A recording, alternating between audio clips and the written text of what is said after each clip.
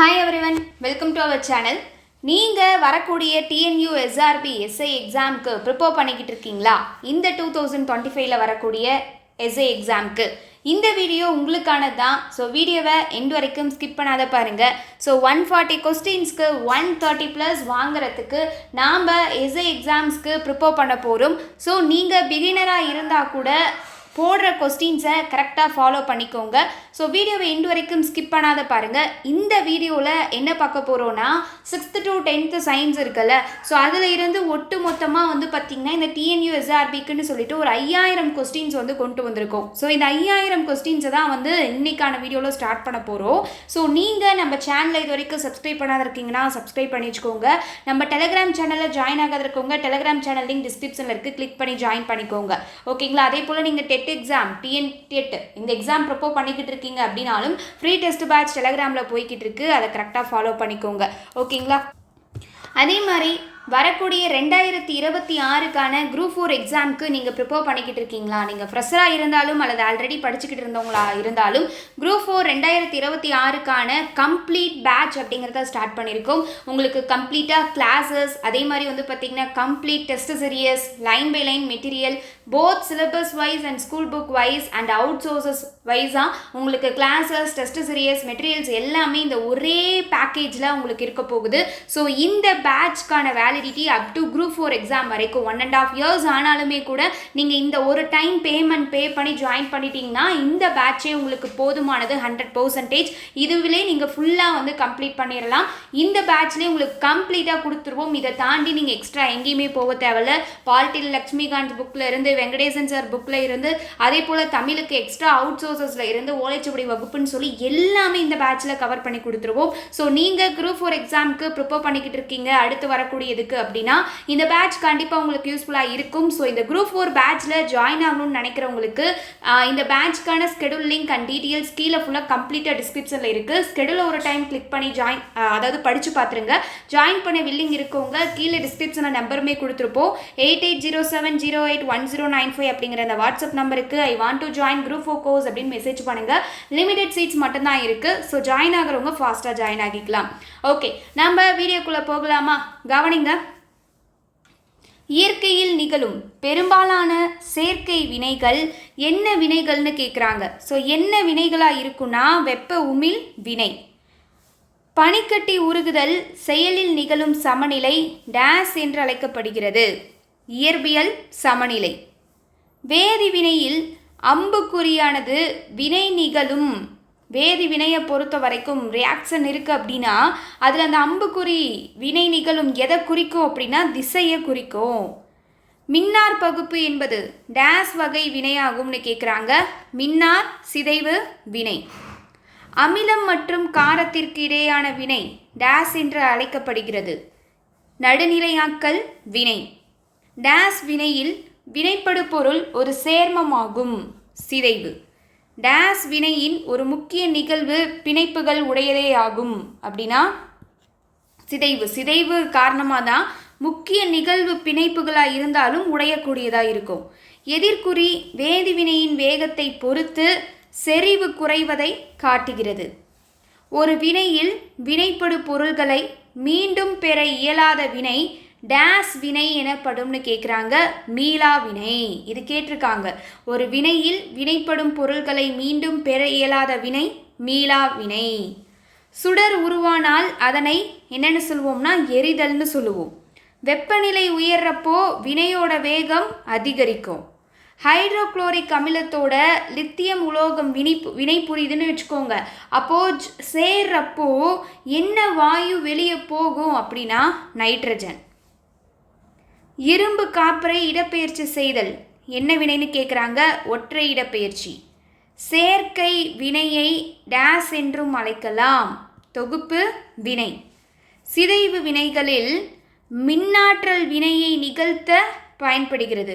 சிதைவு வினையை பொறுத்த வரைக்கும் மின்னாற்றல் தான் வினையை செயலை நிகழ்த்துறதுக்கு பயன்படுது. தூளாக்கப்பட்ட CaCO கட்டியான CaCOவை விட தீவிரமாக வினை புரிகிறதுக்கு காரணம் என்ன? கால்சியம் கார்பனேட் எடுத்துக்கிறாங்க. அது வந்து பார்த்திங்க அப்படின்னா தூளாக இருந்து இருக்கிறது கட்டியானதை விட தீவிரமாக வினை புரியுதுன்னா அதுக்கு காரணம் என்னன்னு கேட்குறாங்க. ஏன்னா அது தூளாயிரப்போ அதிகமான புறப்பரப்பளவு இருக்கும், அதுதான் ரீசன். இரும்பு ஆக்சிஜன் ஏற்றம் அடைந்து டேஸ் உருவாகிறதுனா துரு.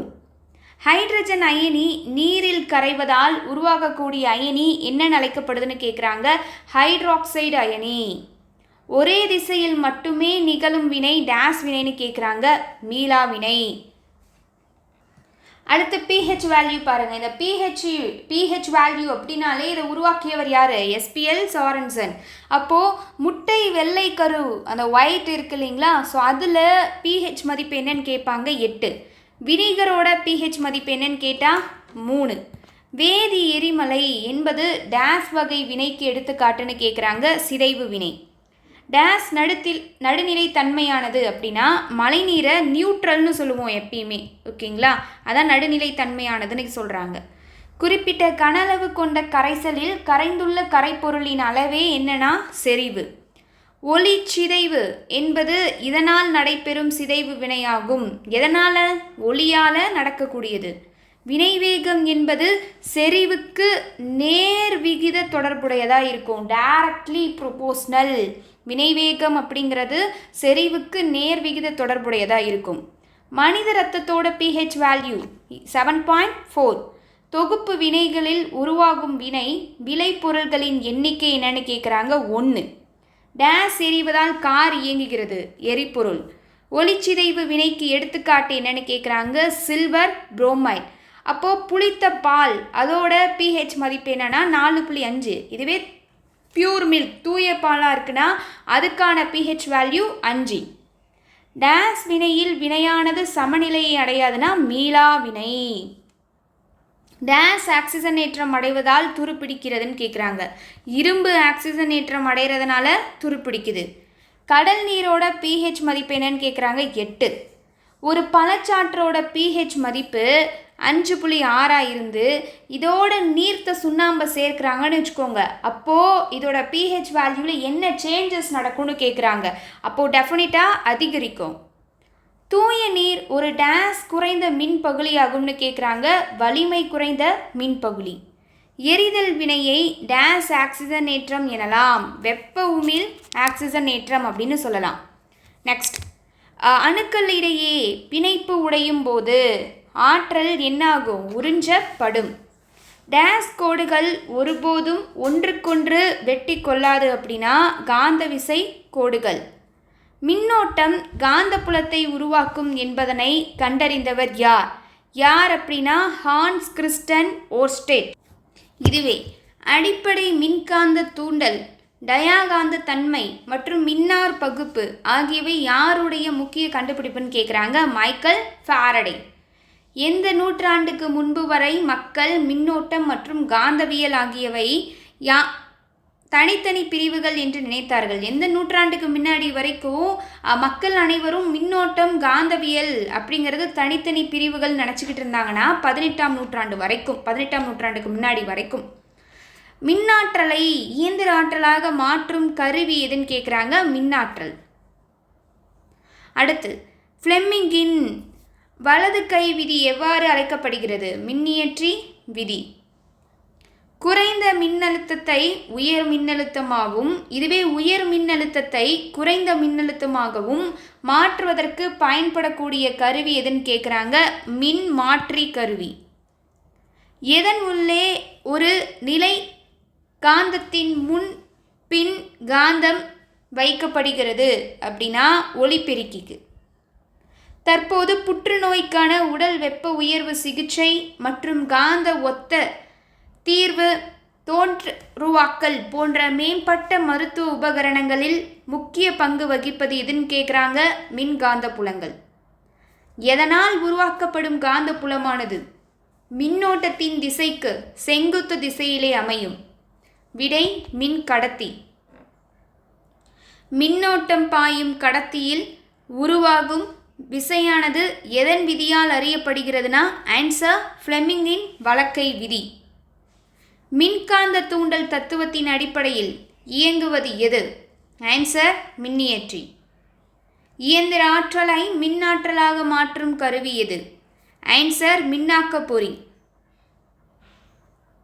டைனமோ அப்படின்னு சொல்லுவாங்க. உடலின் உட்புறங்களின் பிம்பங்களை காண உதவும் கருவி எது? ஆன்சர் காந்த ஒத்ததிர்வு தோற்றுருவாக்கல். ஒரு காந்த புலத்தில் காந்த ஊசி செயல்படும் பாதை. ஆன்சர் காந்த விசை கோடுகள்னு சொல்லுவோம். டேஸ் முறையில் ஒரு பொருளானது மின்காந்த புலத்தினால் உயர்த்தப்படுகிறதுனா ஆன்சர் காந்த தூக்கல். யுரேனியத்தின் உட்கருவை பிளக்க அதனோடு மோதலை ஏற்படுத்த பயன்படுத்தப்படும் அணுத்துகள் என்ன அப்படின்னா ஆன்சர் நியூட்ரான். யுரேனியத்தின் அணுக்கருவை ஒரு முறை பிளக்கும் போது வெளியிடப்படும் மொத்த ஆற்றல் 200 மெகா எலக்ட்ரான் வோல்ட் அப்படின்னு சொல்லுவோம். 200 மில்லியன் எலக்ட்ரான் வோல்ட் அப்படின்னு சொல்லுவோம்.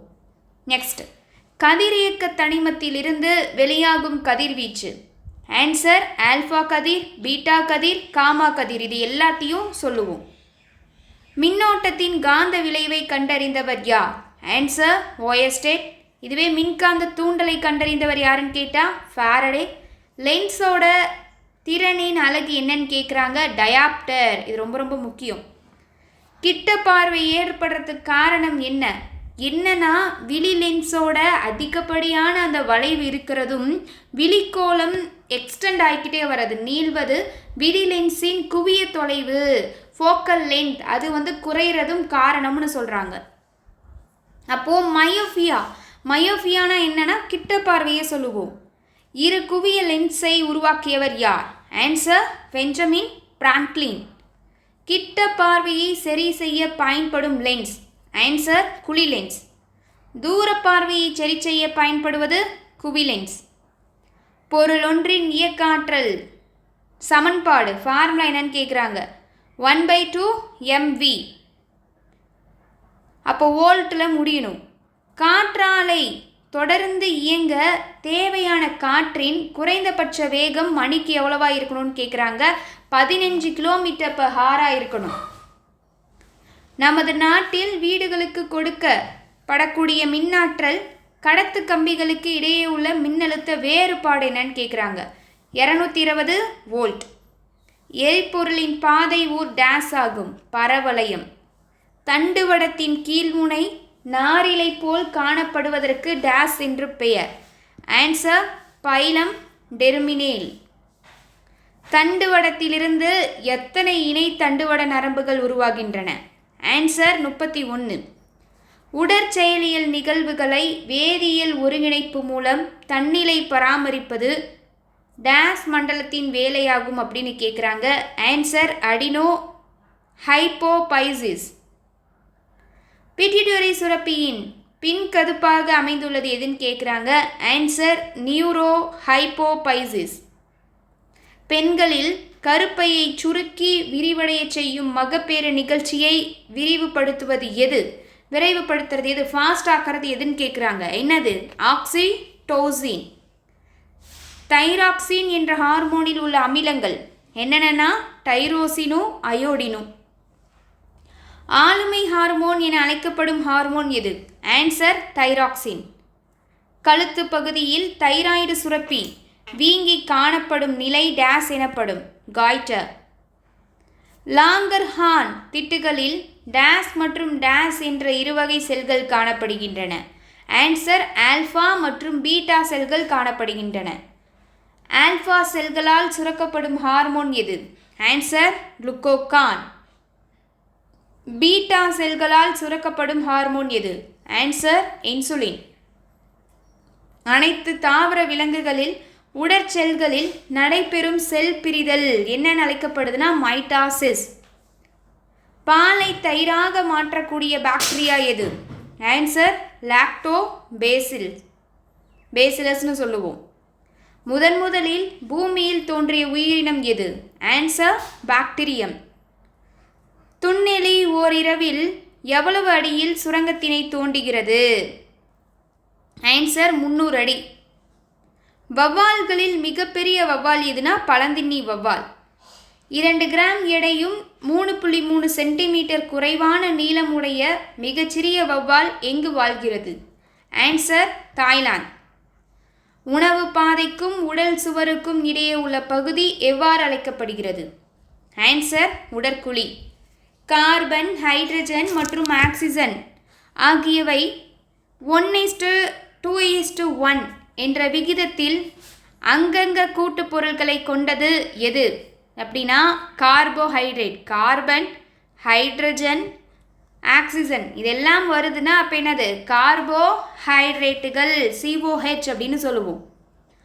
மனித உடலுக்கு தேவையான முக்கியமான ஊட்டச்சத்து டேஸ் ஆகும். புரதங்கள். எவை உடல் திசுக்கள் உருவாக்கத்திற்கு தேவையான அடிப்படை பொருளாகவும் எரிபொருளாகவும் செயல்படுகிறது? ஆன்சர் புரதங்கள். புரதத்தில் உள்ள டேஸ் அமிலங்கள் சிறுகுடல் பகுதியில் உறிஞ்சப்படுவது மிகவும் முக்கியமானதாகும். ஆன்சர் அமினோ அமிலங்கள். முக்கிலிசரைடுகள் அல்லது 3 கிளிசரைடுகள் முக்கிளிசரைடுகள் அல்லது 3 கிளிசரைடுகள் அப்படின்னு எதை அழைக்கிறோம்னா கொழுப்புகள். ரெண்டுமே ஒன்று தான். முக் அப்படின்னா 3 குறிக்கும், 3னா 3 தான். வைட்டமின் என்ற வார்த்தை யாரால் அறிமுகப்படுத்தப்பட்டது? ஆன்சர் டாக்டர் ஃபன்க் அப்படின்னு சொல்லணும். நெக்ஸ்ட் கவனிங்க. முதலில் கண்டுபிடிக்கப்பட்ட வைட்டமின் எது? Answer vitamin A. எப்பயும் ஏ தான் ஃபஸ்ட் எழுத்து அப்போ ஆல்ஃபபெட்டில். அப்போ முதலில் கண்டுபிடிக்கப்பட்ட வைட்டமின் எதுனா கன்ஃபியூஸே ஆகக்கூடாது. Vitamin A.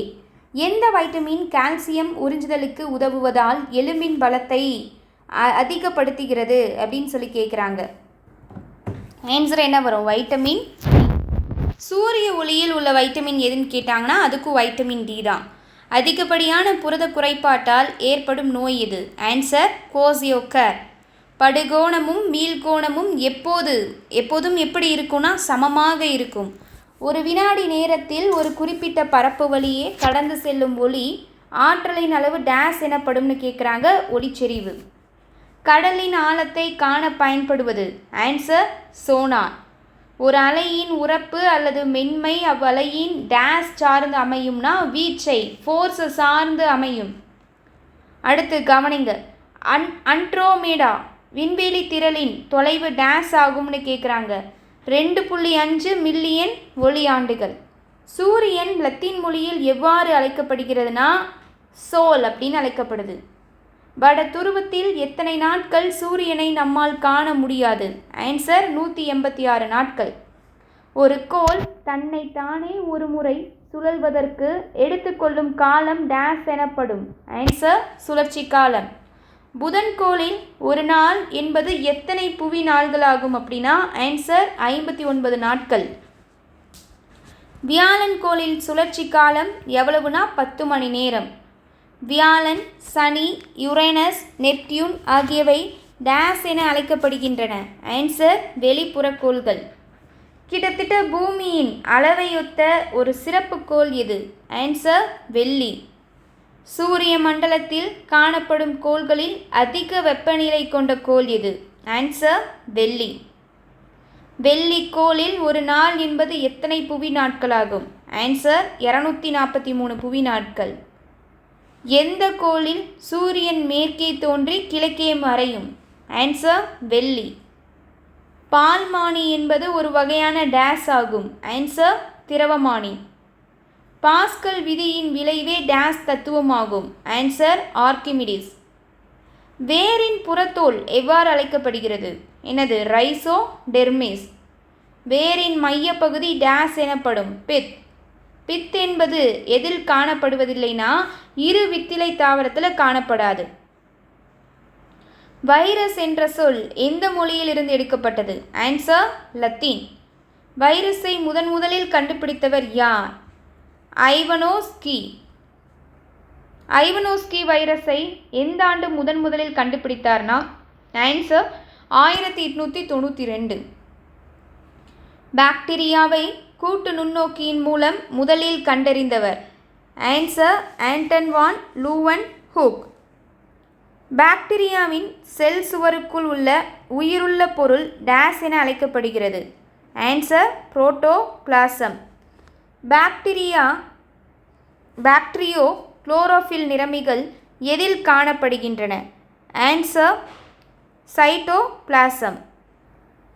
கசை இலைகளற்ற பாக்டீரியா டேஸ் எனப்படும். ஏட்ரைக்கஸ். அது ஏட்ரைக்கஸ். பாசிகளை குறித்த அறிவியல் டேஸ் என்று அழைக்கப்படுகிறது. Answer phycology.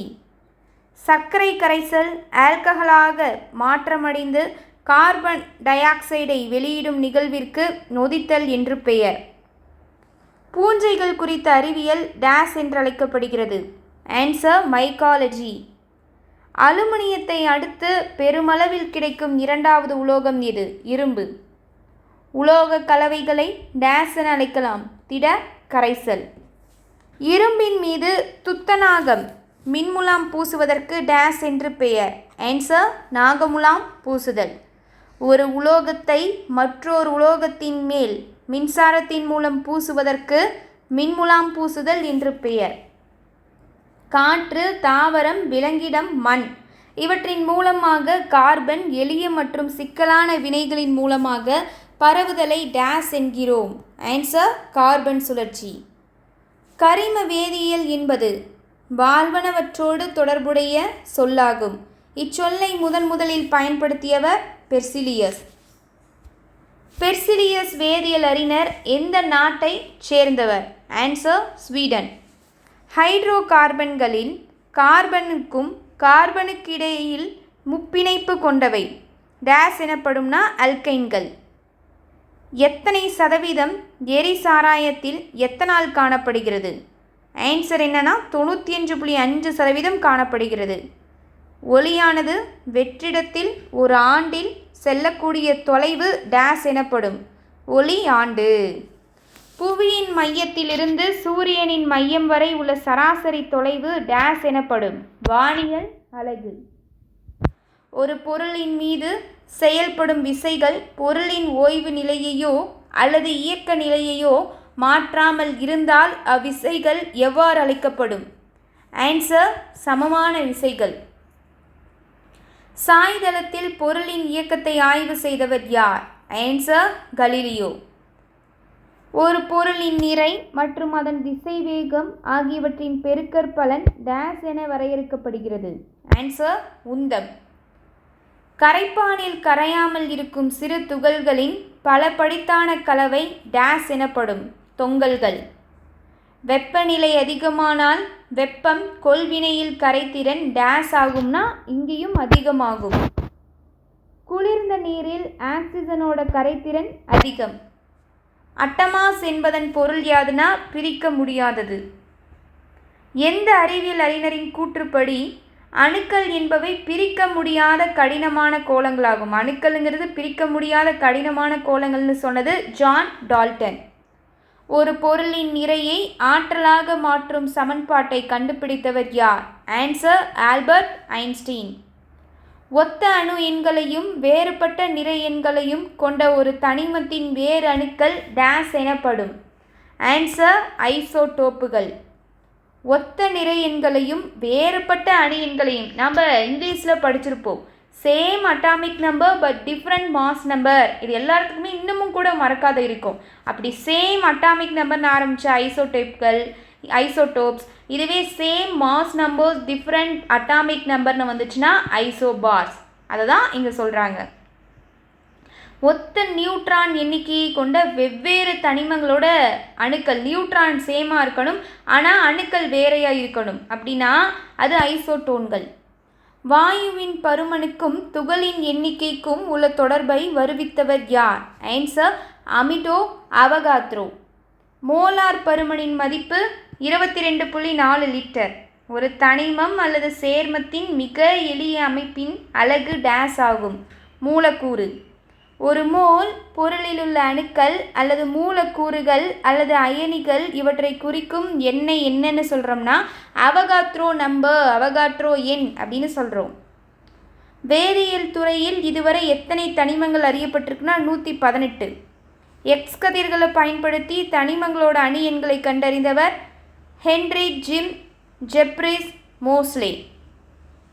நியூட்டனுடைய முதல் விதி எவ்வாறு அழைக்கப்படுதுன்னா நிலைம விதி அப்படின்னு அழைக்கப்படுது. விசையோட அலகு என்னன்னா நியூட்டன். ஃபோர்ஸ்க்கு என்னன்னு சொல்லுவோம்? யூனிட் என்னன்னு போடுறோம் இல்லையா, அதுதான் இங்கே சொல்லப்படுது. நியூட்டன் தான் என்னன்னு குறிக்கிறோம். ஃப்ளெமிங் வலது கை விதியில் நடுவிரலானது எதை குறிக்கும்னா தூண்டப்பட்ட மின்னோட்டத்தின் திசை.